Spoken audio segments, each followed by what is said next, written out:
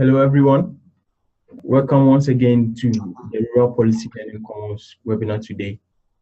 The title for today's webinar, Rural Knowledge Mobilization and Social Media, is being hosted by Dr. Boyan First from Memorial University.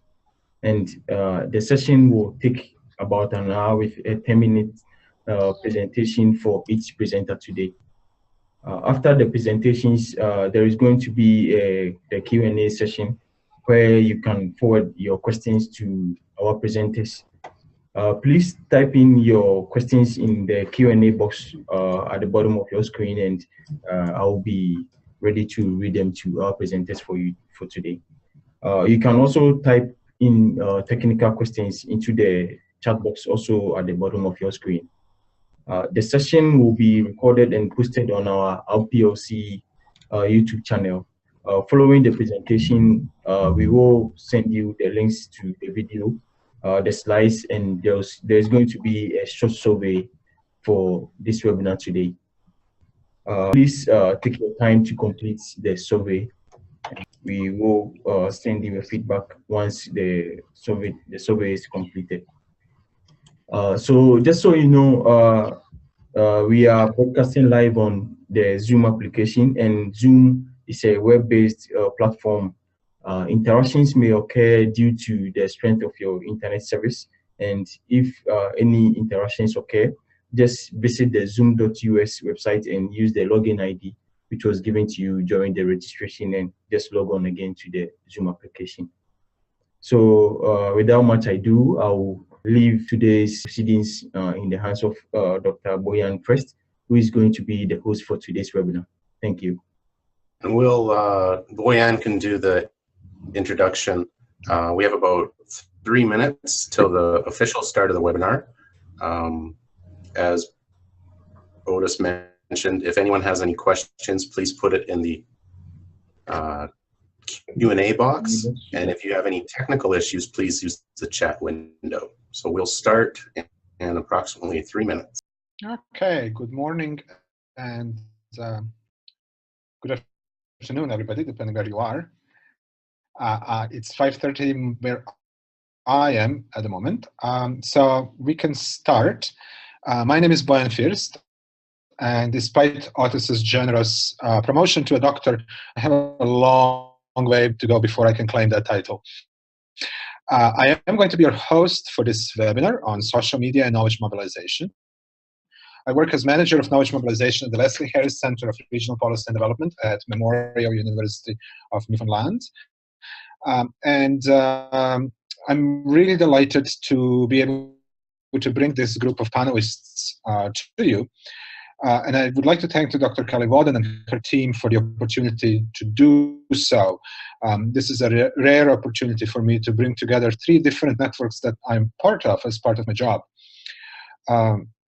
Rural Policy Learning Commons partnership brings together rural scholars and policymakers in Canada and abroad, and they organize a variety of webinars such as this one on rural issues. Research Impact Canada is a network of 12 universities who have full-time knowledge mobilization staff, like me, working on making research useful to society. And the last one is Canadian Rural Revitalization Foundation, an organization working with researchers, policymakers, and communities interested in a vibrant and prosperous rural Canada. There is no single way to do social media right. So instead of giving you a bunch of rules, we structured this webinar as a series of 6 very short presentations showing you some examples of social media use. We are going to talk a little bit about what social media is, how you can use it more effectively to engage your stakeholders and encourage knowledge mobilization between partners and colleagues. For those of you in academia, I want to start, and let me start sharing my screen here. I want to start with a little secret that we don't often talk about. And that dirty little secret of social media and academia is that you can have a perfectly fulfilling and successful academic career without ever doing any social media. So if this is not the way you want to engage with people, you don't really have to. But if you decide that you want to be engaged in this way with your stakeholders and with communities that may benefit from your research, then it's really important to be strategic about how you go about it. Before we move on, I just want to share a couple of little definitions, and these are really very broad. First of all, I would like to sort of share a definition of what social media is, just so that we are all on the same page. As a rule, social media is always digitally mediated, so it's digital media. It's always interactive, and it allows for the interaction between content creators, audiences, and sometimes it's not even clear who is the content creator and who is the audience. Much of it is user-generated, and it's so-called dialogical media. It means that it goes many people broadcast to many other people. In colloquial speech, we often equate social media and social networks. That's not necessarily true. Social networks that are part of social media. We can divide social media really broadly in two broad groups. The first group is the group that requires significant effort in content creation. So those are your blogs, podcasts, video blogs, webinars, e-newsletters, and so on, and to some extent Instagram as well. And then you have those that are more about distributing and connecting people with the content that's out there. And those are your social networks, like Facebook, Twitter, Pinterest. And that's the kind of thing that those social networks excel at. That's not to say that there is no blurring of the lines between these two large groups. And the last definition I want to sort of foist on you today before we move on to our first presenter is the definition of knowledge mobilization. And again, there isn't a single one. I always loved the simplicity of the one that my colleague David Phibbs at York University came up with. And he said that knowledge mobilization is about making knowledge useful to society. There is sort of an official one that you can see used by the Social Sciences and Humanities Research Council of Canada, where it speaks about knowledge mobilization as a process that brings knowledge, people, and action together to create value.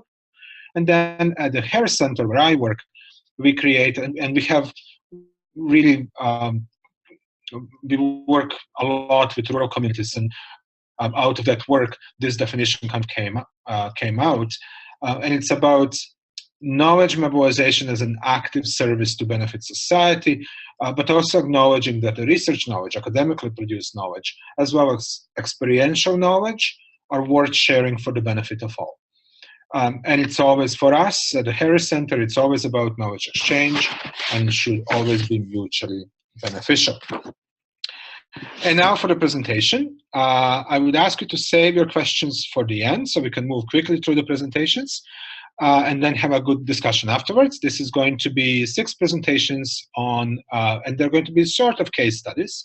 Our first presenter is Krista Jensen, Knowledge Mobilization Officer with York University, who is going to tell us about the social media strategy development services she provides to York researchers. I will stop sharing my screen now, and Krista, you take it. Okay, great, thank you. Thanks for that introduction. And I will start sharing my screen. Go. Okay.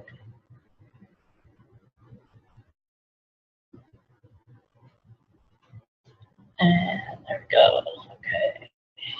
Just gonna stop video so I don't have to look at myself while I'm doing this. Okay, so I'm Krista Jensen. I'm a Knowledge Mobilization Officer here at York University, and I'm going to tell you a little bit about the social media strategy development services that we offer for our community here, and that's for any faculty members, staff, mostly research staff, like coordinators for research projects, as well as graduate students.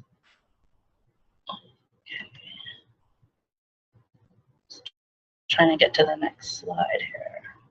Okay, so just in a very brief overview of the services that we provide at York, we are a service unit. Our sort of #1 core business is knowledge brokering, so pairing up researchers with external community groups. But one of the things that I'm going to talk about today is the services we provide for knowledge mobilization and social media strategy. So oftentimes we will get faculty members who are writing a grant proposal and they're thinking about writing something in about social media, but they're not quite sure what to say, how to plan it. And then if they're successful in getting the award, the big question is, okay, now that we have the money, how do we actually do what we said we were going to do? So oftentimes I will get together with them, sort of a brainstorming session, and it's usually the researcher, as well as if they have a coordinator or any students, anybody who's going to get to work on the social media activities while they're doing them, get everybody in the room and just have a brainstorming session and go through 9 steps, which I'll go through in a couple minutes. So I find, especially when I'm meeting with researchers, when they're planning their knowledge mobilization activities, and some of those could be social media, there's oftentimes some questions about what should we even be doing? What does it mean to mobilize your research? What can that look like? So I find that lists like this, which you can find at canbytoolkit.ca, can be really helpful for giving you some ideas about just what are the different options out there. What you pick ultimately depends on what your goals are and your audience, but this is a good place to start, to get that sort of those creative juices flowing about how can we move this research that we have into a different form that can be useful for other people to take up. So oftentimes people, especially nowadays, already use social media. You know, you have your Facebook account, you're on Instagram. If you're really hip, you're on Snapchat. I'm not on Snapchat. But so I find people think that they know how to use social media, and they probably do for their own personal life. But when you're thinking about it in terms of research, it's a little bit different. It needs to be more focused, it needs to be professional, and it needs to fulfill those knowledge mobilization goals that you have for your project. And so it also helps you avoid this shiny object syndrome, which is, oh, that's really cool, like Snapchat, it's really cool right now, but is it going to be useful for your goals? You need to think about it in a thoughtful, strategic way, because although a lot of these tools are free, it does take time and money in terms of, you know, your time or students' time, and as well as their resources. And just an aside, I often tell people that even though the tools are free, especially when you're writing a grant proposal, budget in about $100 to $150 a year so that you can buy some pro accounts, maybe purchase some nice stock photos, that kind of thing. When you first start using social media, it's very exciting and you have lots of things to share, but over the long term, things tend to dwindle. So I think planning at the beginning can help maintain that constant presence and think about what kind of content are we going to share and when and how often. A big one is identifying who will work on the social media. Oftentimes this, you know, gets left to students, or you just assume that someone will do it, but I think it's really a good idea for everybody to sit down and identify who's going to write the content, who's going to post it, who's going to field any questions that may come in, and that all helps to manage expectations. So these are the 9 areas that I ask people to consider when they're putting together a social media strategy. So number 1, your team. Who is that? Who's, as I just said, who's going to write the content? Who's going to take care of the technical aspect? You know, if people are asking you questions, they need to be answered in a timely manner. If there are issues, like people post something that's inappropriate, who's going to be taking care of all that stuff? So we really plan that out. And then we think about goals. What are we trying to achieve? Is it general awareness of your research? Are you trying to form new partnerships? Do you have research results from, you know, that came out of the research project that you're trying to disseminate to a specific audience? Mapping that all out is very important. And it may seem, oftentimes I get teams who want to do, you know, 10 different things, and we need to focus just on 1 or 2. Also, I find, particularly for long-term projects, your goals are going to vary depending on the stage of the project. So if you're at the beginning, maybe your goal is just sharing amongst your project partners. And so what you might need is more like a closed online space. Whereas if you're at the end of your project, you're looking more towards dissemination. So also mapping that out and thinking that your goals are going to shift over time. Audience is the next biggest important thing to think about. Who are your main audience groups? And again, if you have a lot of them, maybe thinking about, okay, which ones are we going to be targeting using social media? It may not be appropriate for everybody to use social media as a way to contact that audience. Next is a bit of an environmental scan, this current conversation, and that's going online, doing a bit of research to see where are these people. If you're looking to speak to youth, what kind of tools are they using, or maybe there's a group on Facebook and that's where the people are. And I do this because I find oftentimes people, they pick the tool first and they want to build it and they think that people will just come to whatever it is they build, and that's really not true. You need to go to where the people are. And so having a clear sense of who you're speaking to and where they are, that's going to help you with number 5, which is then selecting your tools. And another little tip that I tell people is don't just think of your own, creating your own social media sites and properties, but think about the partnerships that you have. Maybe you have a community partner has a massive following on Facebook.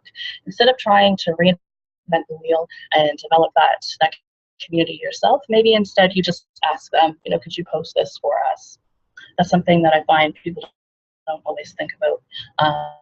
And they're a little bit more focused on doing their own thing, but think about those relationships that you already have and how you can leverage them. Content, as I mentioned, planning this out a little bit before you start, just the general categories of things that you're going to share and how you're going to share them.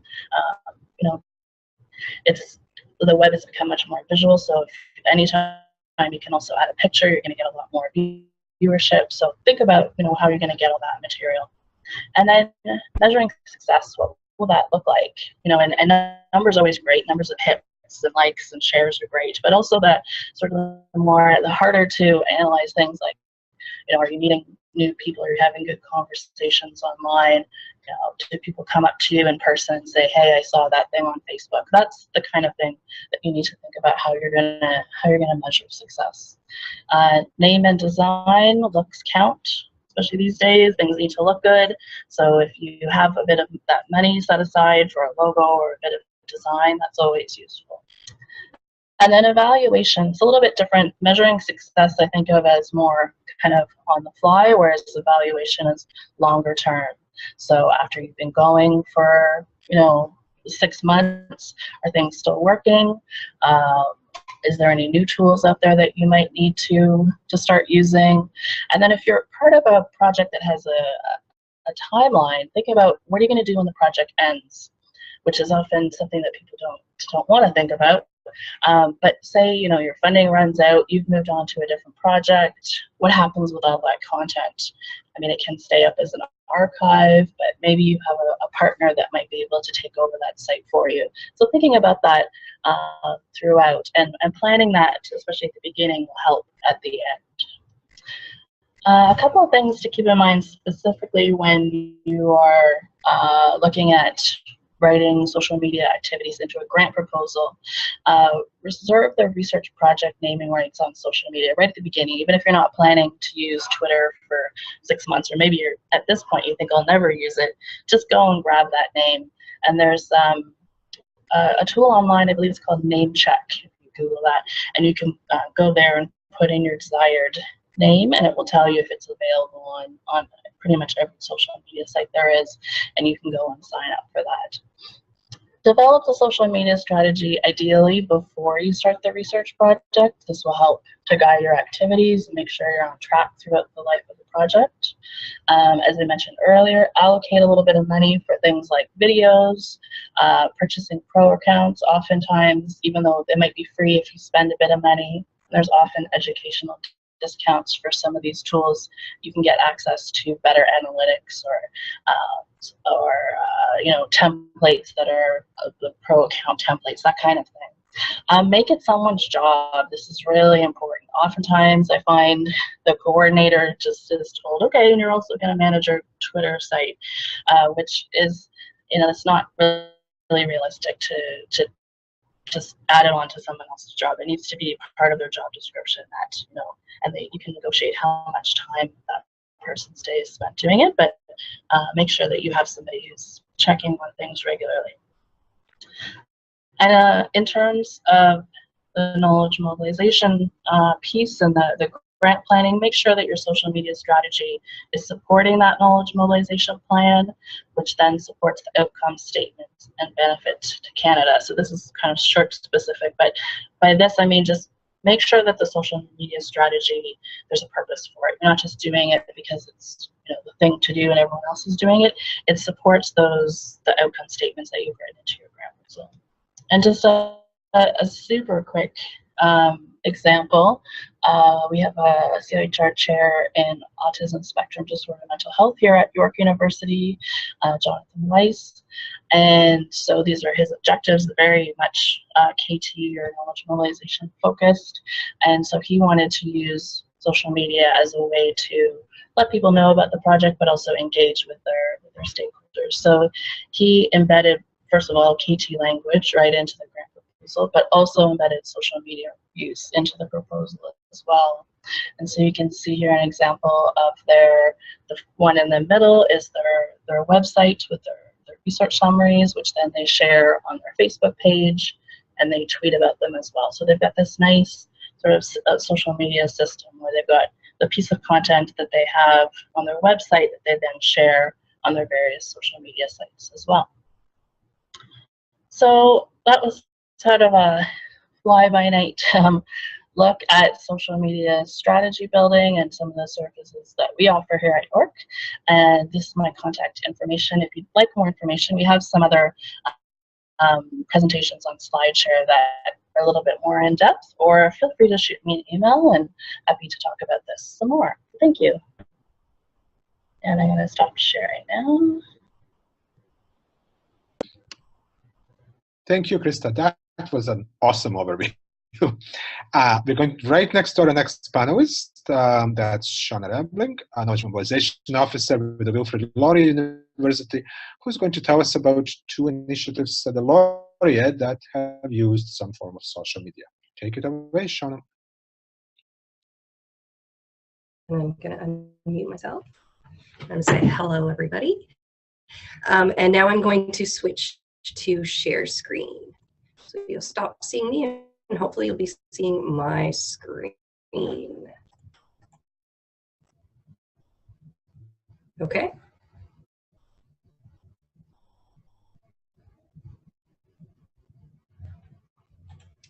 Can you see my screen? Yeah, looks great. Okay, perfect. So I'm going to talk about rural knowledge mobilization and social media in the Laurier context. So I am the Knowledge Mobilization Officer, same title as Krista, at Wilfred Laurier University. First, I want to give you a little bit of context about Wilfred Laurier University, since this webinar is attended by people who are not local to our area. It was established in 1911 as Waterloo Lutheran Seminary of Canada, so it's a very community-based university. And it's located in the region of Waterloo, which is in that red quadrant on the map. And it is made up of 3 growing cities, Kitchener, Waterloo, and Cambridge, as well as surrounded by the townships of Woolwich, Wilmot, Wellesley, and North Dumfries. The picture I've just brought up sort of illustrates the pressures that we're feeling between rural and urban in our area. So we have a Mennonite farmer with a horse-drawn plow versus a tractor. We are one of the fastest growing regions in southwestern Ontario. By 2031, our population is expected to grow to 729,000. The picture I've just brought up is the commercial for a fancy new condo that is being built between Kitchener and Waterloo. So we are definitely bridging this divide between rural and urban. And a note about my role, I'm a centrally located knowledge mobilization officer who assists faculty in writing knowledge mobilization plans tailored to specific audiences, and sometimes this involves social media. So that's a little bit of my context.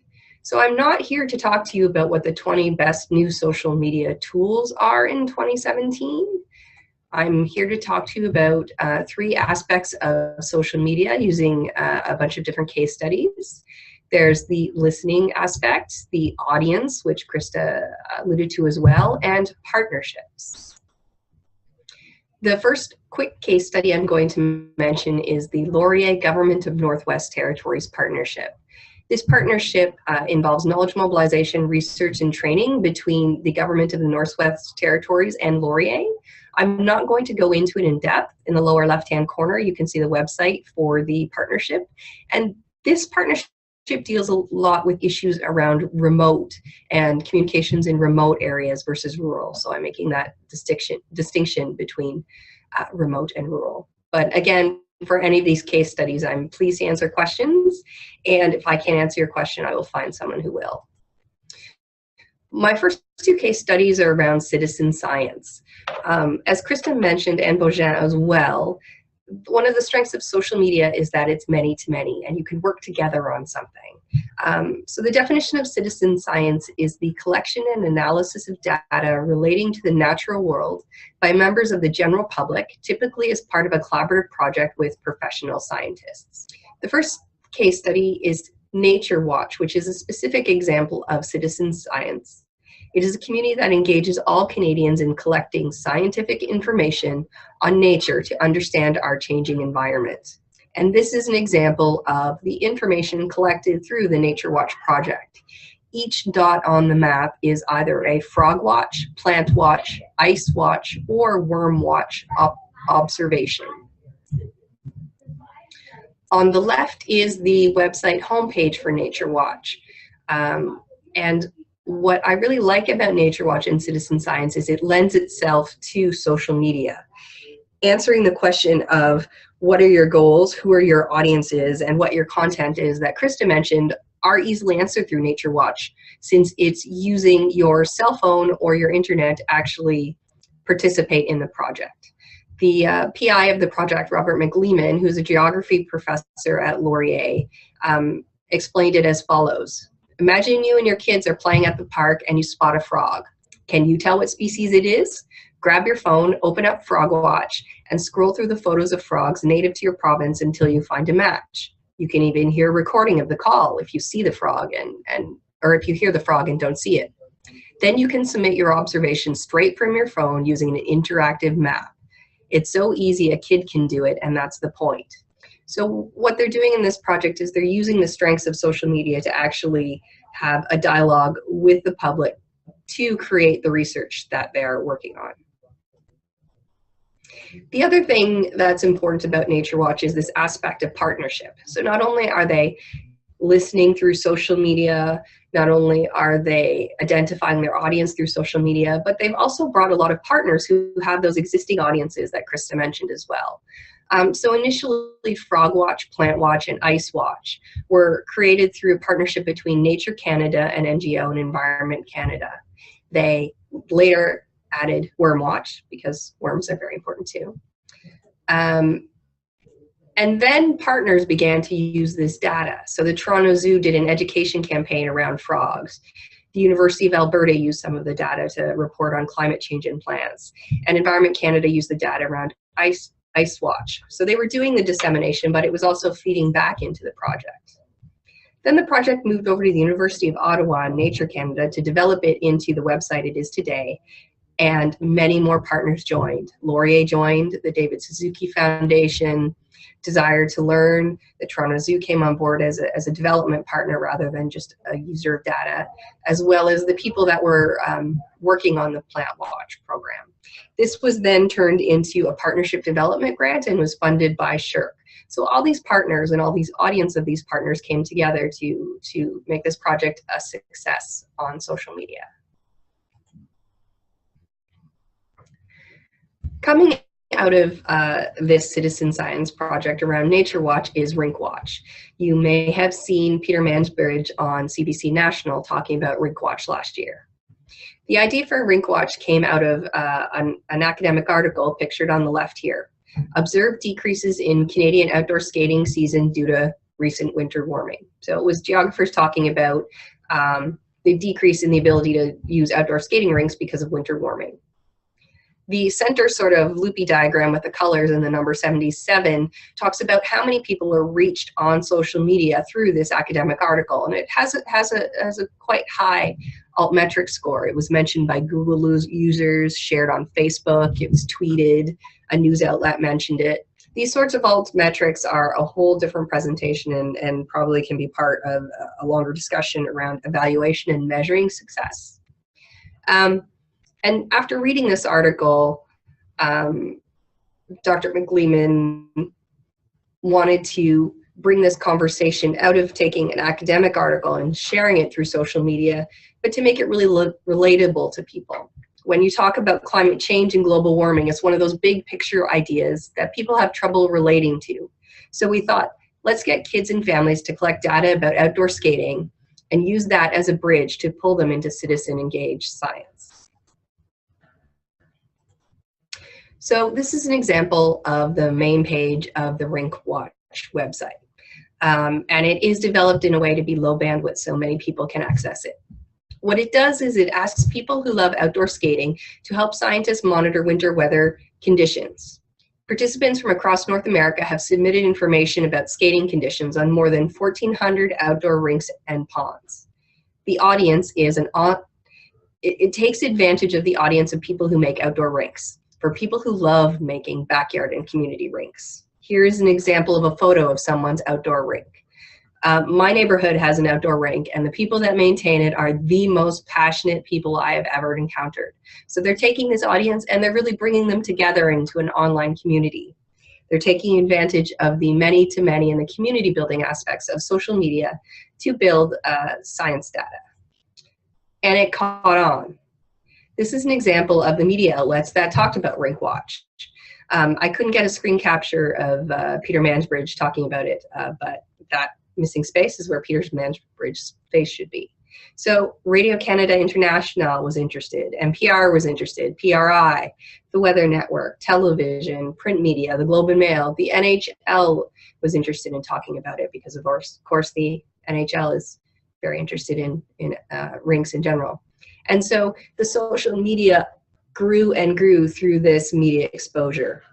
Just because you have a social media plan doesn't mean you can ignore traditional media. Often traditional media knowledge mobilization and social media knowledge mobilization are very closely entwined. So out of this work, Dr. McLean, Colin Robertson, and Hayden Lawrence, another student, published a paper based on their results from this project. Winter's too warm to skate, citizen science data reported variability in availability of outdoor skating in Canada. So they published an academic article, and again, we're going to mobilize it the same way that the original article did. What happened in this case is that CBC News picked it up and translated this academic article into the headline, "Number of annual outdoor skating days to shrink by 30% by the end of the century." This article on our local CBC News website translated into over 1,500 shares and 231 comments. This is a huge amount of impact. Then in the sidebar of this website, the CBC shared an external link back to their academic article in the Canadian Geographer. So the social media network of the CBC was being shared the academic article. So you can see the interconnection and the use of this social networking and social media to share this work. Next, I'm going to move on to the Laurier Center for Sustainable Food Systems. This research center at Wilfred Laurier University hosts a research partnership entitled FLEDGE, or the Food, Locally Embedded, Globally Engaged Project. And right up front, as Krista mentioned, you have to embed your social media and your community engagement up front. So not only is it a research partnership, it is a research and knowledge sharing partnership. The FLEDGE group is committed to fostering food systems that are socially just, ecologically regenerative, economically localized, and that engage citizens. It also includes 7 Canadian regional nodes of practitioners and researchers and international working groups. It should be said here that often it is thought that farmers and people in rural area are not engaged in social media. This is definitely not true in the Kitchener-Waterloo area. The Hurley's Farm Market, a local farm market, one of their major people involved in it was heavily involved in BlackBerry back in BlackBerry's heyday and has tweeted a lot. A new online farmers market is launched in Waterloo and Guelph. As well, even cows in our local area are going on Twitter. So farmers are on social media, and I think that's something that researchers, and especially people who do research planning around social media for farmers, really need to keep that in mind.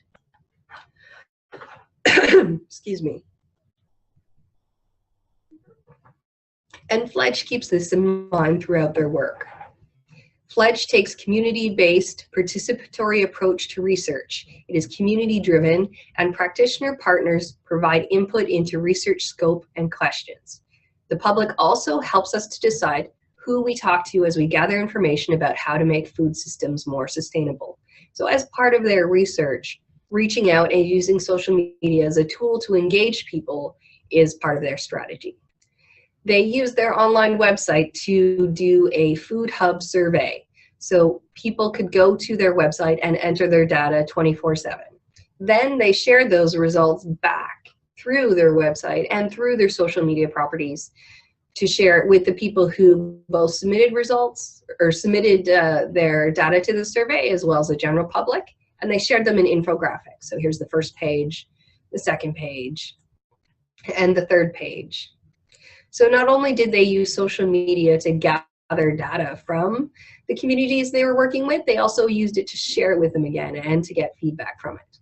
So on the bottom of the local food definition section, they're inviting people to learn more about the project, both at their website and on Twitter.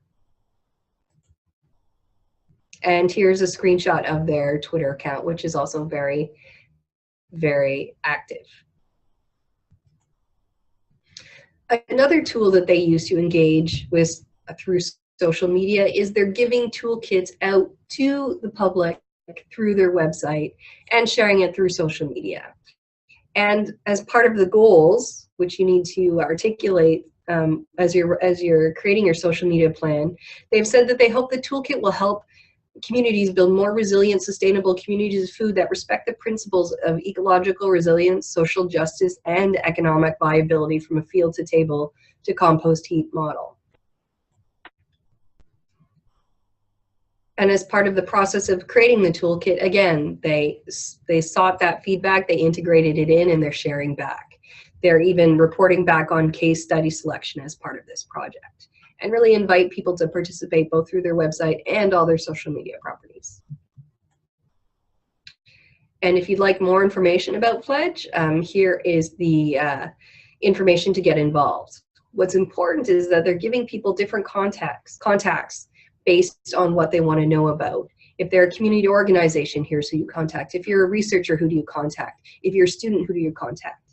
And the other thing that they're also keeping in mind with the social media strategy is if people need website materials in different formats to comply with AODA guidelines, there is a person to contact as well.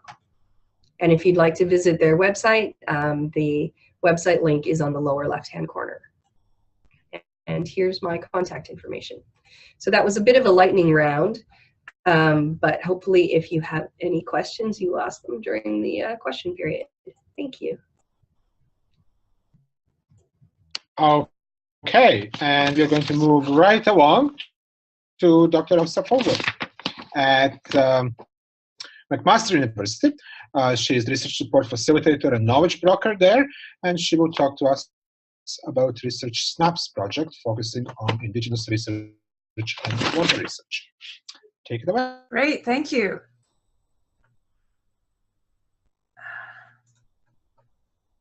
Oops, skip to the bottom of my slide. Here we go. So I want to talk to you a little bit about the Research SNAPS project, which was not specifically designed about Indigenous or water. So just to make that clear.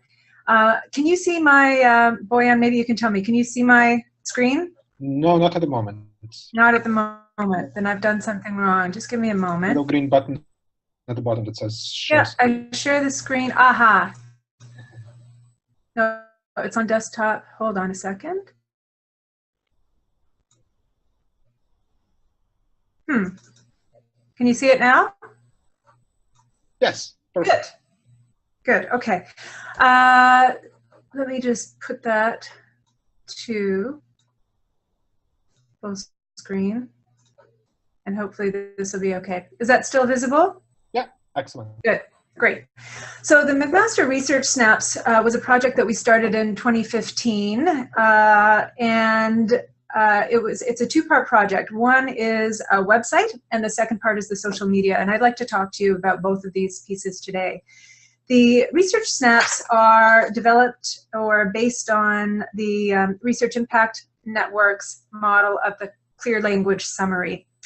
And I'll be showing you some pictures of what that looks like and giving you a bit of a preview of the website. But just to give you a sense of the project itself, we knew in the Faculty of Social Sciences that we wanted to improve access to research, but we knew at the same time that we wanted to reduce the burden on faculty members to mobilize knowledge. And what we were hearing from our community partners was we want to understand what you do in the Faculty of Social Sciences. What does an anthropologist do? How can we use your research? But we were also hearing from faculty that they have, and this is maybe Boyan's dirty secret, the second half of the dirty secret is that not only do faculty not need to do this, of course, they can have perfectly good careers without it, but in fact it can often be experienced as just an extra thing on the plate. So knowledge mobilization is sometimes hard for people to do if it's not always integrated into their research programs. We also wanted to figure out how we could leverage social media for networking, thinking that we would like to find ways to connect research to research users, again, while minimizing the expectations of faculty members. Many of our faculty members were not interested in starting Twitter accounts, for example. So the research snaps themselves, a research snap is a plain language summary, and it simply tells, summarizes usually one research article. Occasionally it'll be a research project where that seems feasible. And they are, as part of the project, we've developed a searchable and Google-friendly website, and I'll talk to you a little bit about that today. The site now houses 80 snaps, so 80 plain language summaries with links to original articles and with links to faculty profiles. And that was, the development of the site was phase one. Phase two involved, and to be clear, I'm in the Faculty of Social Sciences, so we created this for the Faculty of Social Sciences. Our VP Research then became interested in it and suggested that we pilot the model in other faculties, and so that's what we did this past summer. We created 18 new research snaps across 3 themes, and those are water, Indigenous communities, and health. And then as part of that pilot, we created and implemented a social media strategy between November and December. And so this is a screenshot of the, you know what, I'm just going to see if I can go back for a second. This is a screenshot of the social media, sorry, of the Research Snaps website. But before I do that, let me just go back, because I think rather than steering you through that, I would like to go directly to the site if I can. We'll see how well this works. I'm going to have to just do this. Okay. So we have here the Research Snaps website. We knew that we wanted to create a site that was Google friendly. In other words, that it could, to be Google friendly, and you're probably all aware of this, you need to have something that can adapt to screen size. So there we can see that it will change the image of the site, or the site itself will adapt to mobile phone use or to whatever use. And then sorry about that.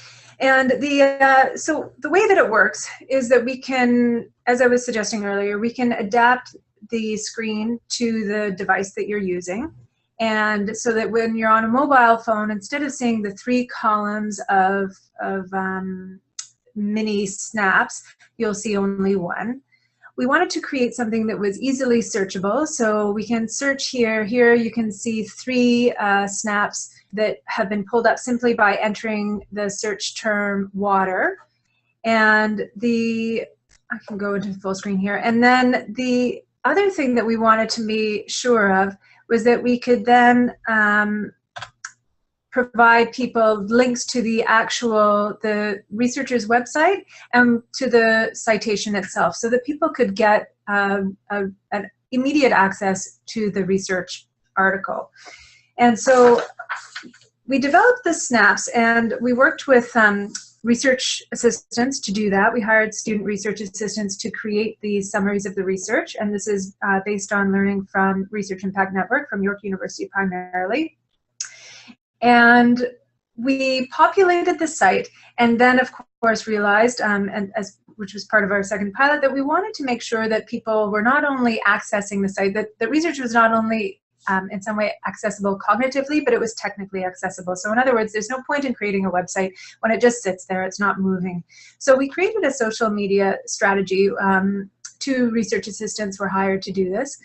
And the strategy was pretty straightforward. They used Twitter and Facebook only. They used, in developing their tweets for the 18 piloted snaps, they developed 2 styles of tweets. One was a question and one was an answer. And with every tweet, they made sure that they had some kind of @mention. And so part of the work of the research assistants involved identifying potential knowledge user groups, whether that was an association, a community association, a funder, a ministry, and making sure that those groups were tagged in the tweets. And so using images, of course, helped with that, because you can embed the @mentions in the images. Each of them included the bit link, which linked back to the SNAPS website, and hashtags where possible. So there are a couple of examples there. One is a question example, one was an answer example, and interestingly, our Google Analytics showed, and maybe not surprisingly, that questions were clicked on almost 2 times more than the answer tweets were clicked on. And the Facebook post was created by expanding upon the questions and answers that were created for Twitter, so that they had a bit more room to develop a story for Facebook. The social media posts seemed to generate traffic to the research site, and that was really important to the Research Snap site. We were using the Vice President of Research, or the Research at Mac, Twitter handle and Facebook page. Those were fairly undeveloped, had fairly undeveloped followers, and so we were really impressed with what happened there in terms of an increased engagement with McMaster researchers' social media. So we know that we gained new followers. We know that there were additional profile visits as well. More excitingly for me, I think, were a couple of fantastic examples of what happened when sort of a tweet broke through and actually was picked up by somebody that we had tagged in the post. So Glenn Murray is the Minister of the Environment and Climate Change in Ontario, and he retweeted one of the water snaps, so what happens to fish embryos in Lake Huron water. And NSERC picked up on, and in fact created an original tweet concerning Stuart Phillips' research on protein and exercise. Another person who is just simply a member of the public, which is great to see as well, Greg Tedesco, who apparently I think lives in Hamilton. Other than that, I don't know anything about him. Just said that he really likes the new McMaster Research account site. So we did manage to make research more accessible and somewhat more engaging to the general public.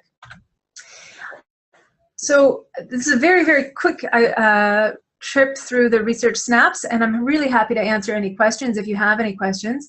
We've now provided a full evaluation of the SNAPS social media pilot to our Manager of Research Communication, and we expect that the university will be adopting and resourcing the development of the research SNAPS and the social media strategy. And in the Faculty of Social Sciences, we're requiring all faculty members to write the development of SNAPs into every grant application, knowledge mobilization plan, and budget. So that's how we're sustaining it. If anybody has any questions about how much it costs or about any of the process pieces in terms of what labor was required to make it happen, I'm also happy to answer those nuts and bolts kinds of questions. Thank you. Okay, thank you. Next, Michael Bada, Liaison Officer for Rural Policy Learning Commons, based at the Rural Development Institute at Brandon University in Manitoba.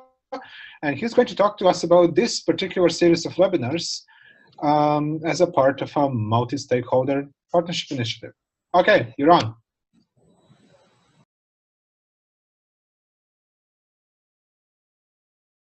There we are.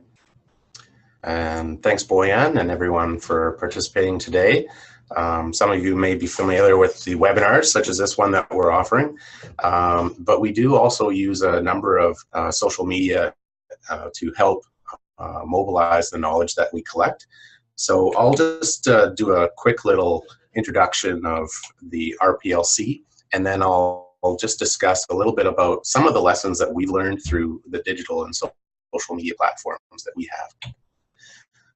So the RPLC is a $5 million partnership fund. It's granted from the Social Sciences and Humanities Research Council of Canada. It's for a 7-year project with support from the Rural Development Institute and Brandon University. The major objective of the RPLC is to build rural capacity and strengthen the relationships to inform rural research and policy.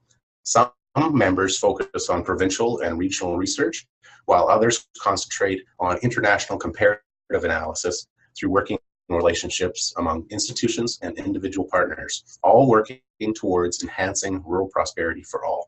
So we have a number of different projects, and instead of going through each one, just as some examples, we have food waste related issues from the University of Bologna, international labor mobility from the University Highlands and Islands in Scotland, impact of alternative agricultural and environmental policies on Irish farmers from James Breen at the University College Dublin, food, energy, waste and climate nexus from Tom Johnson from the University of Missouri. And this map that you see is kind of as an example. All of the institutions have examples of research that they're doing in a rural setting, rural issues.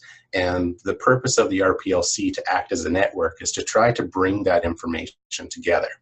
How that's done is we've kind of have a distributed model of research and learning through a number of knowledge mobilization teams and research-based theme teams, as you'll see on the top.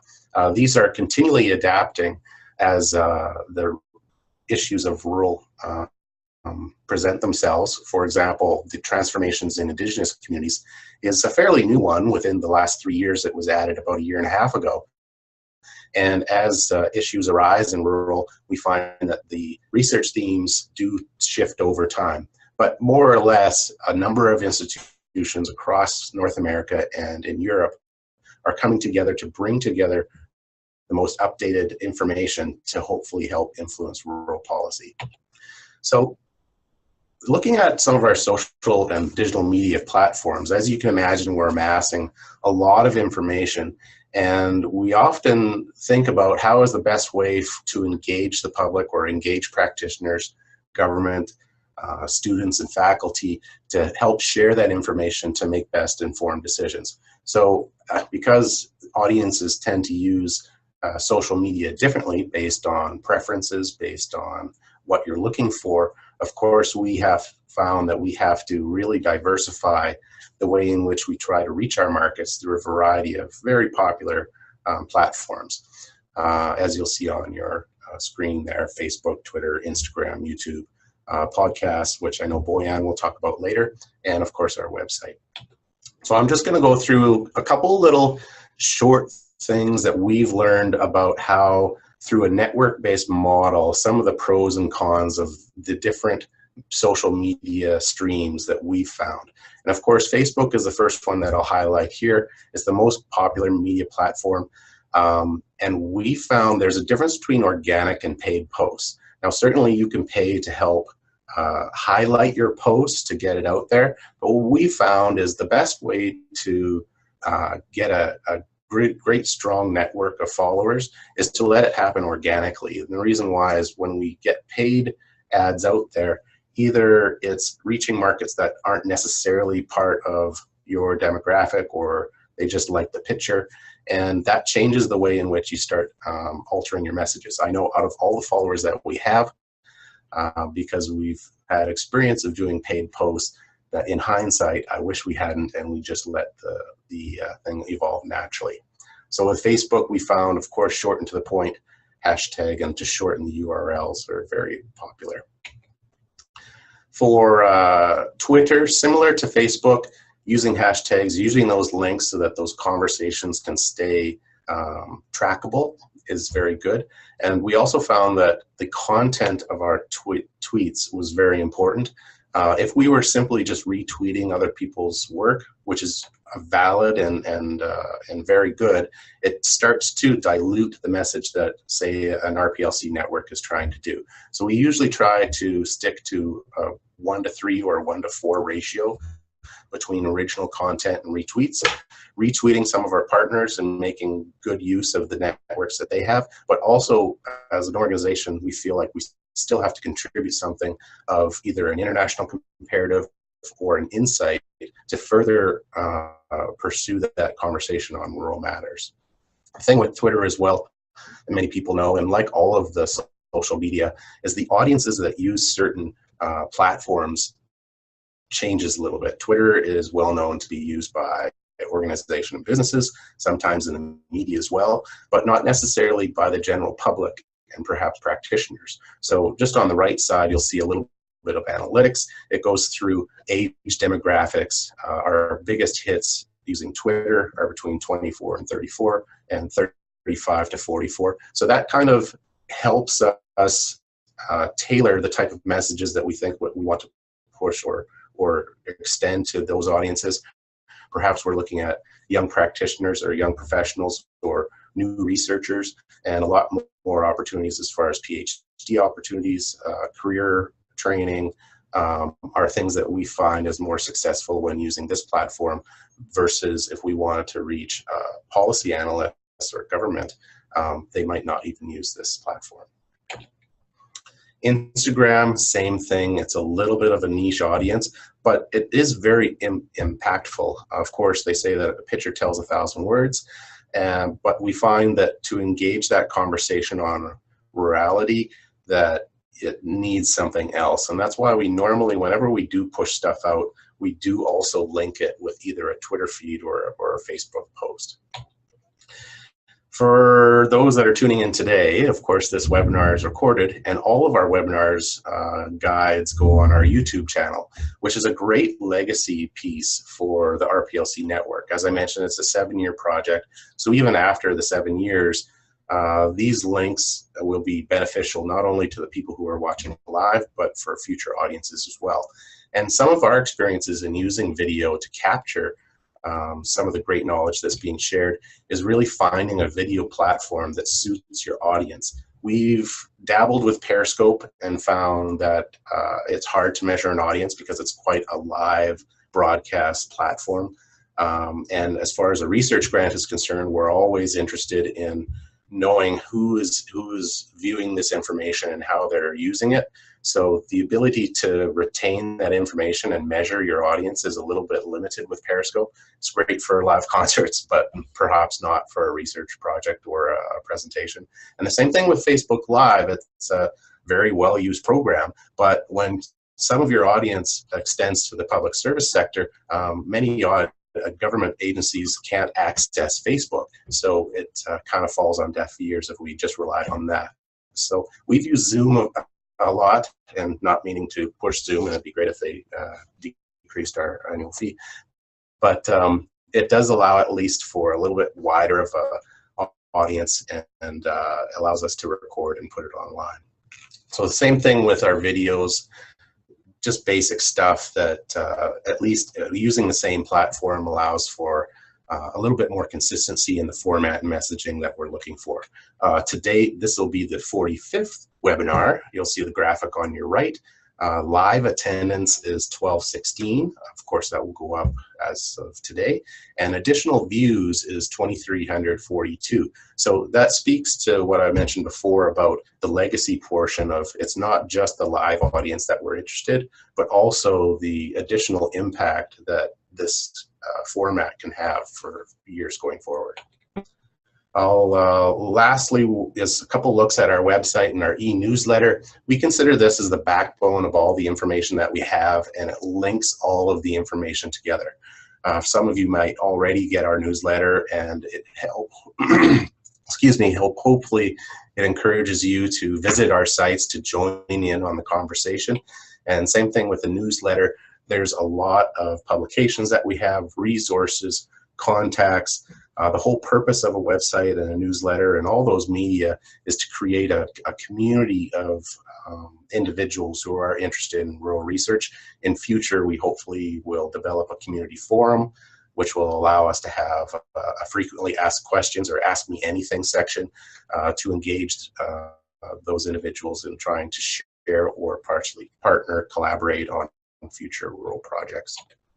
So this is just a little graph that we have. As I mentioned, it has a little bit of all of those different sites, and as you can see, we try to tailor those messages based on where we think will have the most impact. For example, the jobs and learning, which I highlighted earlier, you'll find those are more on the social side of things, the Twitter, the Facebook, the Instagram, and that way, instead of trying to be all things to all people, we are really trying to look at what each of our audience are looking for. So it's not necessarily what information we're trying to push to people, it's identifying where our audience needs are and trying to provide what they're looking for. Not necessarily, because we could definitely tell all the stories of all that we do on all of the platforms, but we find that it just is going to get lost in the shuffle. So that's why we do think that there's a need to tailor our message based on the audience and based on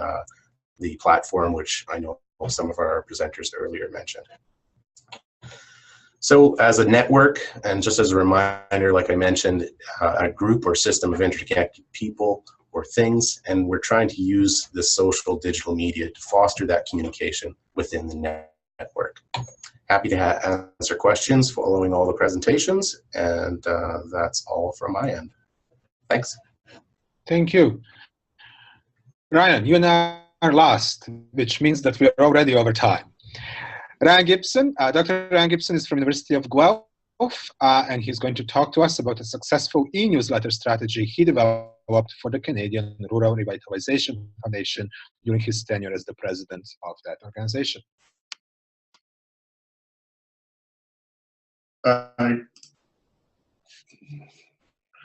You can hear me fine? Yep. Perfect. So it's coming, 2 seconds. So as Boyan said, this is a presentation about the Canadian Rural Foundation, the Rural Revitalization Foundation, and one particular element of social media that it's using around its e-newsletter, kind of a knowledge and mobilization, knowledge and action kind of concept. Myself, I'm at the University of Guelph in the School of Environmental Design and Rural Planning, but will have previously worn a presidential hat for the foundation and also chair the communications committee for the foundation. Before we get going, just wanted to quickly do 2 shameless plugs. One is for the foundation itself. It is a nonprofit charitable organization that's been around for almost 30 years, and its mandate is really to connect communities, local development practitioners, researchers, policymakers, businesses, and the general public that's interested in rural issues. They do this through a variety of different mechanisms, whether it's the e-newsletter that I'll share with you here, whether it's related to bringing people together in conferences, it could be related to publications. There's a whole series of different activities that the foundation does and connects Canadians from all corners of the country, as well as we have a strong number of international participants that join us and kind of watch in and see what's happening in rural Canada. The second shameless plug that I have for everyone is that the 2017 conference of the Canadian Rural Revitalization Foundation is coming up in September this year. It'll be hosted in Nelson, British Columbia, in partnership with Selkirk College.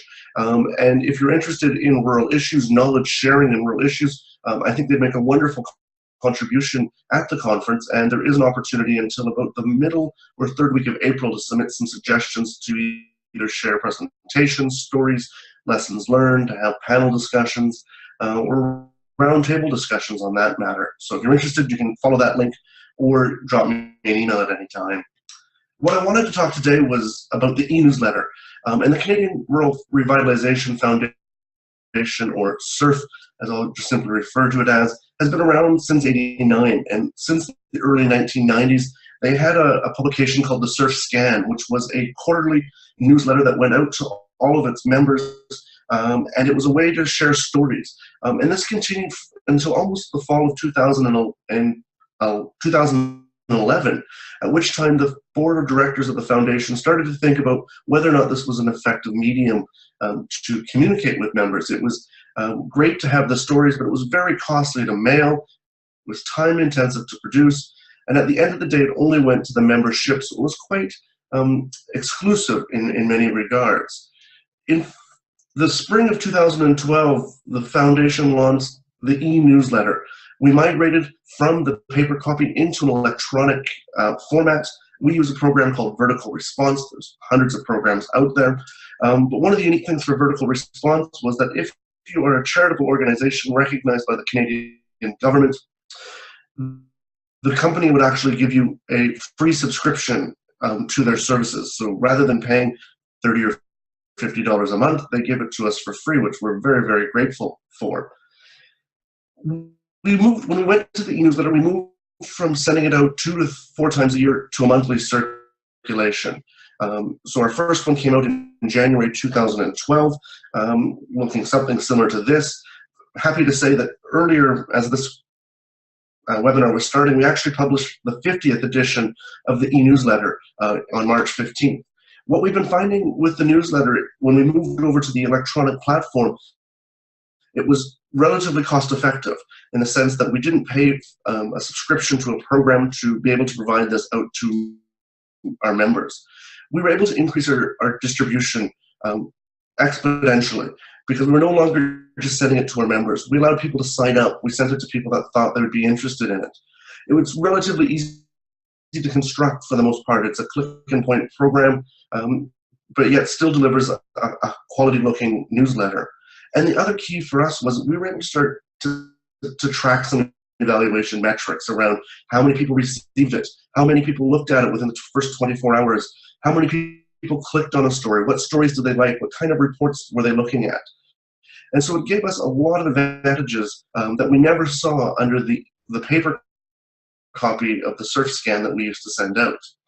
One of the drawbacks, however, I'll be very honest, is that when we moved to a monthly schedule, that meant we had to increase the content of our newsletters. We all of a sudden needed 4 to 6 times as much stories. And at the beginning, that meant for us a lot more writing for the committee on that front. I'm happy to say that that's changed, and I'll talk a bit about that. Just to give you a sense, the purpose of the newsletter for the foundation is really around 6 big items. One is to share news of the foundation, updates, events that are taking place that the foundation is hosting to our members and our stakeholders. We also use the newsletter to share information about our stakeholders, so groups like the Rural Policy Learning Commons, different things that are happening in their world, other research centers, other community-based organizations. We share upcoming events like webinars, workshops, conferences, stories about rural development, the successes, the failures, what we've been learning from it. We share new publications, reports, policies as they're issued, and just generally opportunities that community members, researchers, students, or government people might like to take advantage of. At the end of the day, our newsletter goes through around 4 key audiences. One is, without a doubt, over half of our audience is primarily researchers at universities and colleges and post-secondary education students. We also, though, have a very strong and probably one of the fastest growing elements of our newsletter in terms of an audience is local development practitioners, which might take the shape of an economic development officer, a regional planner, or an elected council member. We also have a fair number of government representatives that receive the newsletter from both the federal and the provincial governments. And the fourth group is community-based organizations. Sometimes these are voluntary groups, service clubs, sometimes they're nonprofit or charitable organizations that are receiving the newsletter. At the moment, though, we have over 2,500 subscribers to the newsletter. And as I said earlier, when we switched over from the paper to the electronic and started using it, we went from maybe about 150 people that were subscribing to the paper copy, and we're now over the 2,500 mark. So what I wanted to really leave you with as some wisdom or some pearls of wisdom that we've learned through this process. At the end of the day, we receive a tremendous number of compliments from our members and our stakeholders that they really enjoy the newsletter. What we've discovered is that our readers are incredibly busy people. Regardless if they're at the community, a student, or government, or researcher, they don't have time to read lengthy articles. And so we've adopted a policy where none of our articles exceed 200 words. Most of them are within about 100 to 150 words. And what we've discovered is that people like hyperlinks. They like to be able to click on a website link that will take them to where they can get a full copy of the report or read the executive summary or register for an event. They're not looking to have all of that content condensed into the newsletter. They want short, concise descriptions that if they're interested, they'll dig around and find more information. We've also learned we need to be more consistent. The Canadian Rural Revitalization Foundation has no staff members, but it runs completely on volunteers.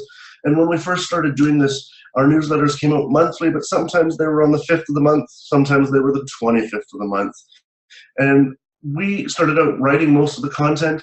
I'd say now most of our content is submitted to us from different groups and stakeholders that want to have a platform to share it with over 2,500 people from those 4 diverse audiences. And so now we needed to figure out a way to be consistent so we could communicate to people when was the deadline for submissions and when would the publications actually take place.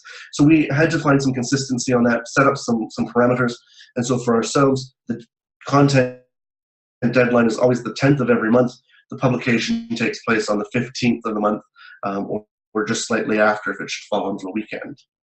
We also discovered, and this was something that's been echoed by other presenters today, was the need to integrate our newsletter, our e-newsletter with other social media platforms. We know we've got 2,500 people, that's wonderful, that are reading the newsletter, but we've also started over the past 3 years to integrate the stories that are in our newsletter into the other social media platforms, Facebook, Twitter, LinkedIn, because we know not everyone receives the newsletter. The fourth thing that we've learned is that we simply can't sit back and take for granted that we have 2,500 people on our subscription list. It takes real time and effort to maintain that distribution list. Two factors that hinder it on a regular basis within our government representatives that sign up to receive it. Anytime someone switches jobs within the government or moves to a new department, their email address changes and we lose them. The same thing often happens with students. When they have left their post-secondary institution and have gotten positions in the employment fields, their email address often changes. And so we need to make sure that we don't lose these people as we're moving forward. The other thing is that in terms of attracting new people to the subscription list, this is where we utilize our website, other social media platforms to get that message out there. We've also partnered with a number of organizations that are stakeholders to include small descriptions or blurbs about the newsletter in their publications to their members with the hope and the anticipation that some of their members might find it of interest and sign up to receive it. As I said, another shameless plug, if you don't receive the newsletter but are interested in rural development and regional development issues, highly recommend going to this website. You can sign up on the page to receive it. It comes out on about the 15th of every month. And in addition to that, you can read the inventory or the depository of all the previous newsletters that have been sent out over the years on that front. There's my contact information if should anyone have any questions. But perhaps on that note, I'll turn it back to yourself, Boyan, to continue. Perfect. Thank you very much, Ryan. I'm going to be very quick. I'm going to speak about Rural Roots Podcasts, an initiative that is a partnership between the Harris Center, where I work, Canadian Rural Revitalization Foundation, and Rural Policy Learning Commons. I'm going to share my screen. Michael, you have a job at the moment. There's going to be about 40 seconds of sound, and if it sounds terrible, let me know it sounds terrible so I can stop it.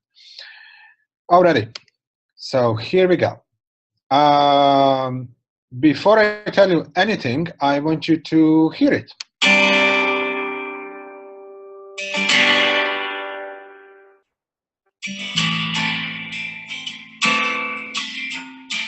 How does resource extraction, mining, logging, oil and gas, etc., have spillover or downstream implications, not just on the environment, not just on restoration, but on communities and the health of individuals and the health of communities themselves?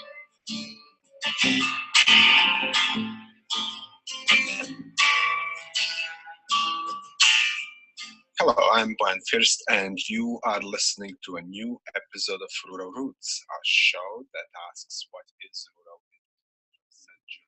Okay, so that's an intro to an episode. It is an audio-on-demand initiative, and it's one of those social media, it belongs to that social media group that requires quite a bit of time and effort to produce content. Why a podcast?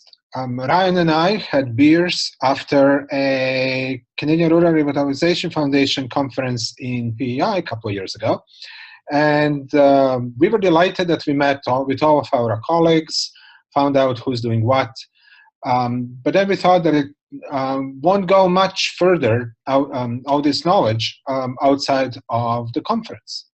And when we were brainstorming what is the best way to reach a very wide rural audience that may live, especially if they live in remote areas, may have limited access to internet, we have very quickly discarded things like video and in some sense blogs as well, because they required a very different kind of effort to actually connect with. And we settled on a podcast. It was an appropriate tool for the desired audience. It addressed the fact that rural internet is not always great because audio files are relatively small. They can be downloaded and listened to in off-peak hours. And they can also be listened in a variety of ways. That's what that ability to use it across multiple platforms is what Social Science and Humanities Research Council calls knowledge mobilization meta tools. So it can be listened as a podcast through your favorite podcast application, it can be listened on your phone, through website. We have a partnership with community and campus radio stations across the country, so you may hear it on your radio station. And it can also be used as a teaching tool. You can assign an episode to your class. And the other thing that was very important to us was the partnership aspect. So because we knew that our experts and our community experts will come through those partnerships and networks that we have established previously. So what do you need to put together a podcast? First of all, you need people who are actually going to do it. It's very important that it is somebody's job. It can be quite time-consuming, and somebody should be responsible for it. You will need a set of tools. They're not very expensive. Today, you can put together high-quality sound podcast for about $500. You will need a recorder, a decent microphone, and a set of headphones. It's nice if you have a studio microphone so that you can record your voiceovers in a quiet, non-echoey room. If you have access to a radio studio, that's even better. Maybe your campus or community already has a community radio station who would like to partner with you. And you will need some sort of a software to edit the audio. That also comes with a little bit of knowledge required to do so. If you're in an Apple computer, your computer already comes with something called GarageBand, which is quite powerful and easy to use, or you can download some of the free applications out there, such as Audacity.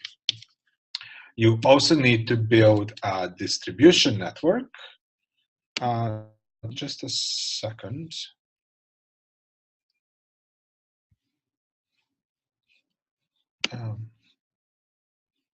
Oh, sorry.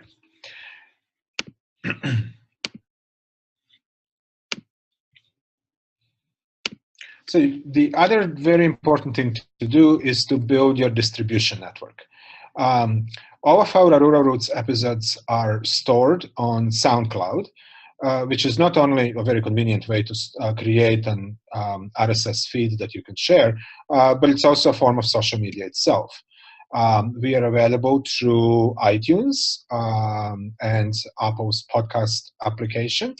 But we are also available through a variety of other podcast applications because we recognize that, especially in rural areas, variety of manufacturers and operating systems may be available to people living there. So we made sure that you can access it through Google Play, you can access it through Stitcher, and through a variety of other podcasting applications.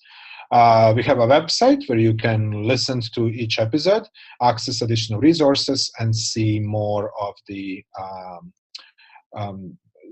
options how you can listen to the episodes. We have a Facebook page, which proved to be very important when communicating with rural communities and rural organizations who have great presence on Facebook. And as I said, we have a partnership with Community and Campus Radio Radio Association, which allows us to participate in the community radio exchange, where other radio stations can use our programming for free. We are now played on stations from Bombay, Newfoundland and Labrador, to Kamloops in BC. And if you would like to know more, feel free to send me an email. You can visit our website at the Harris Center, or you can go to ruralrootspodcasts.com. That's all one word, rural, R-O-U-T-E-S, podcasts.com. All right. That's it from me, and we can switch to...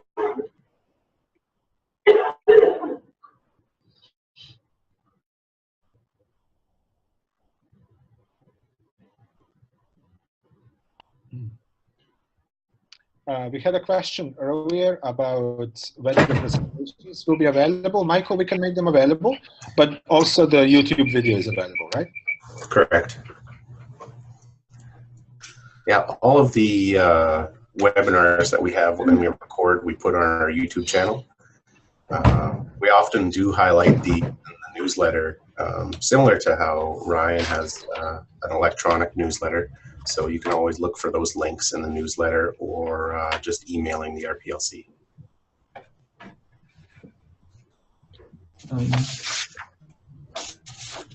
Now, while we wait for a couple questions to come in, I did want to actually comment that some of the sentiments I totally agree with about, I know Krista mentioned about brokering knowledge, and it reminds me, as we're doing our presentations, a lot of what we do as a network is a collaboration of efforts that are done.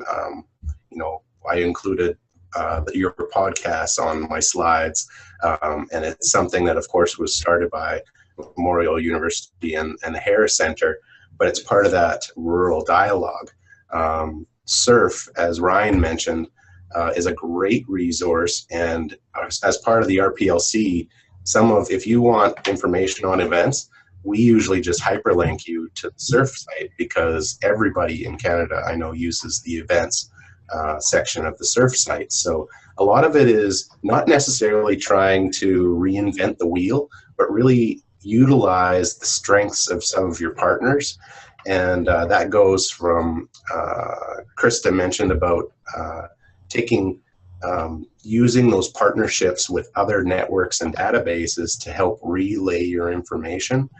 Instead of us trying to collect all the emails in the world, it makes more sense for us to partner with other networks and to exchange the opportunity to share our information and vice versa. And that does a couple things that I could think of while listening to the presentation. One is, when it's coming from, if it's, say it's an external network, and we want to send a message to it, it's more credible if it's usually from that network. Let's say it's the Canadian Institute of Planners. If they are willing to send that out to their network, it's probably going to get picked up better than if I sent it, because to them, I'm a real third party. Whereas if it's coming from their first party network, it usually will get a lot more intake. And so that credibility part is something I know that we've experienced as being successful. And the other one is data management. More networks and more databases that you have just means that it's more work for us too. And instead of spending a lot of hours on data management, it makes more sense to set up those partnerships almost like knowledge information hubs, where we know that we can access a wider audience, but really celebrate the success of some of our partners and try to elevate the great work that they do. Okay, we have a question from Dr. Kelly Boden in Grenfell. It's a question for Elsa and sort of for me.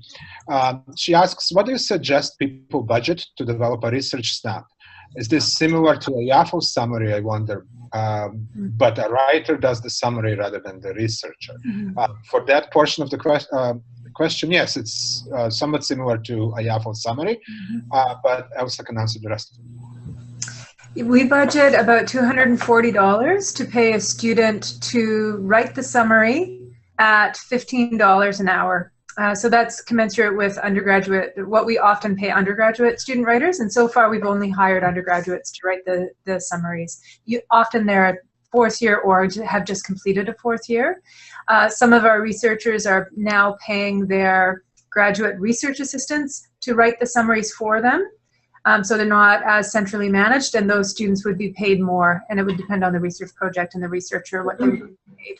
So approximately right now it's sitting around 240 to 250. They also develop the tweets because you have to kind of be inside a project in order to create the @ mentions and to figure out the right hashtags, I think. Okay. I have another question from Carrie Morse. He or she asks, I'm interested in learning more about how much, which channels rural community members use social media, and if we have any literature to read. I can answer some of it, and I'm sure others can probably pitch in a bit too. When we were doing research for the Rural Roots, we found out that rural communities tend to use Facebook much more than any other social networks. And we also found out that the Facebook use tends to be focused on organic groups that grew on Facebook around those communities. Sometimes it's not simply about community. Probably, for example, here in Newfoundland and Labrador, there's an excellent group on Facebook that's very engaged around ferry transportation. Because that's something that many communities, many communities share. We were able to actually work with them a couple of things. We also found out that Twitter, somebody already more than by individuals. And so our efforts have focused on those two social networks. And we found that podcast was really well received by the communities we work with. Anybody else? Yeah, and this really also starts to answer the question that Kyle's asking as well from Rural and Northern. But I was going to say, we've discovered that a dramatic difference between where you're located and how you access information. And so for many rural communities, we see lots of Facebook amongst municipal offices, often in lieu of community website. They simply have a Facebook page around tourism and the promotion of their communities, and they have kind of a back and forth dialogue there with community residents. But for many of the northern communities, what's actually still their number one, particularly given challenges with internet connectivity, is community radio. And so a lot of communities still rely on community broadband or community-based radio broadcasting that often has a call-in component or an opportunity where people can pose questions, seek rides or transportation into the city, that are sharing information. The other one in some northern communities, particularly in northern Manitoba, that don't have high-speed internet, it's still the mail. It's the post office is the central point where posters are still being placed. It's the pre-Twitter, pre-Facebook survival of that mechanism. But I think you've got a really good question around the type of rural communities, northern communities, the size of communities, the broadband connectivity levels, and how they use social media. big difference. The other thing we found that Michael mentioned, government agents often can't access social media, Facebook in the office, so you have to find a different mechanism to connect with those individuals. Often municipalities are only pushing out information first thing in the morning at 9:30, and they're not actually on Twitter, reading Twitter throughout the day. They just go on to push out the information that's on someone's to-do list. And so expecting a dialogue or conversation there is ill-founded. There's other platforms that need to be used. And maybe if I can add to Kyle's question, who was wondering about the distinction between rural and remote. Big reason why we went with podcast was acknowledging that internet access in remote communities and many rural communities is really poor. And we wanted something that people could come to, maybe public library, and download an episode on their phone and listen at their leisure at home. So that was part of the appeal of doing this particular knowledge mobilization initiative as a podcast. We have a question from Carly. She says it's a question for me, but it's actually not. She said, I mentioned that the Rural Roots podcasts can be used as teaching tools, and do I have any specific stories of podcasts being used in classrooms? Ryan, over to you. Yeah, so Carly, I use them a lot in classrooms at both the graduate and the undergraduate level, often as supplementary materials, very similar to how I would use a required reading or a journal article. And so, for example, in a graduate class looking at regional and rural economic development, we were listening to the podcast with Bill Reimer that recently was discussing and using a metaphor that rural was kind of an ATM that urban kept coming to get more out of. But it was a one-directional metaphor where rural communities didn't seem to benefit, but urban kept coming to the rural ATM and taking out forest products, minerals, people, tourism, and natural resources. And so what we've used them as is students needing to listen to them in advance of class. Sometimes I've asked students to write reflections around the stories that have been talked about in the podcast that maybe are taking place in other jurisdictions in Canada hold any relevance to particularly the Southwestern Ontario context. Are there lessons that we can learn from Lars Hallström in Alberta that make sense in Ontario, or from libraries in Prince George or Nunavut that still will hold resonance for people here, whether it's policymakers, practitioners, or researchers. And so we've just started the tip of the iceberg using them in classes, but I think there's all sorts of potential that they could be utilized to pursue that educational dialogue. Okay, we are out of questions and out of time. Any last words for everybody? Boyan? Yes. I think there was a question in the chat box. I don't know if I could read it to all the panelists. Yeah, it's coming from Margot Pax, and yeah, he was asking like if there are any other say within these networks. Like, he was just curious to know whether you have a sense of how the different formats, like in terms of the analytics of how you use those different networks, like in terms of the podcast, Twitter, Facebook, and how they are reaching different kinds of audiences, and whether any of these formats are more appealing to still large number of people who are not yet fully engaged with social media.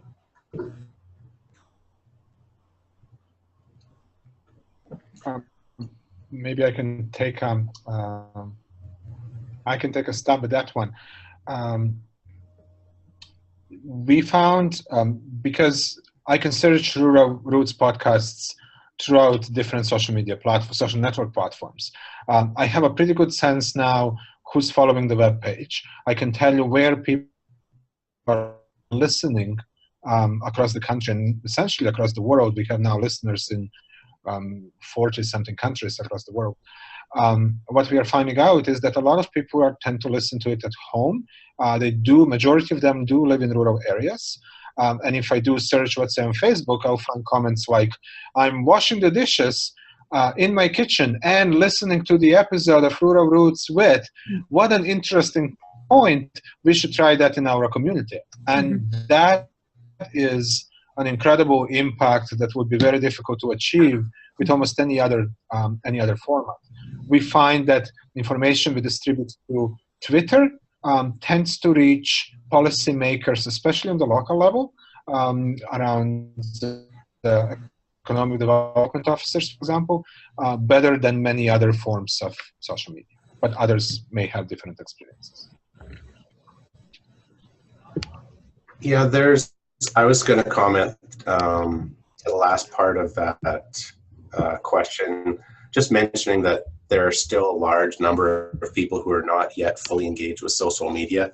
And not only just the generic public is that true, but also even more so for people who live in rural and remote. I'm reminded of, I used to work for the provincial government, and at one time they were trying to, look very efficient and try to make applying for grants more digital. But of course, for many rural and remote communities, they don't have those services available, and they do still rely on things such as the mail or fax numbers. They still exist. Some communities still really rely on fax numbers. So it is a difficult issue. It's not necessarily saying that social media is the cure to increasing communication, because even regardless of the infrastructure needs that currently exist in rural, there also is the knowledge gap as far as utilizing those technologies as well. I know here at the Rural Development Institute at Brandon University, we have a current project funded by my tax to look at digital rural connectivity. All countries tend to have kind of a minimum standard as far as database information that you can download. Megabytes per region and per country differ from Europe to Canada. So it's not it's something that we found that is existing everywhere. And the other last part I wanted to mention is I try to think of social media much like any communication tool. That, of course, when I'm sending out information, I think, oh, I know what's going on. But reminding yourself that there is a lot of information out there, and you could put up posters around campus or around a neighborhood, but that doesn't necessarily mean that everybody saw it, right? Same thing with social media. Just because you send something out into the Twitterverse doesn't necessarily mean that it's being picked up or being picked up by the audience that you want. That's why I think the analytics is really helpful in trying to identify what message it is that you think that they're looking for, not necessarily just pushing information out for the sake of pushing information out, because it does get lost in the shuffle, and really trying to tailor that message to that audience. Alrighty. I would just like to thank everybody, especially to our panelists. You've been awesome, and I think I've learned a ton of stuff. Krista, actually, I will be in touch because I'm going to steal something from you. Sure. And I'm looking forward to working with all of you again in the future. Thanks very much. Thank you. Great. Thank you, everyone. Bye. Thanks.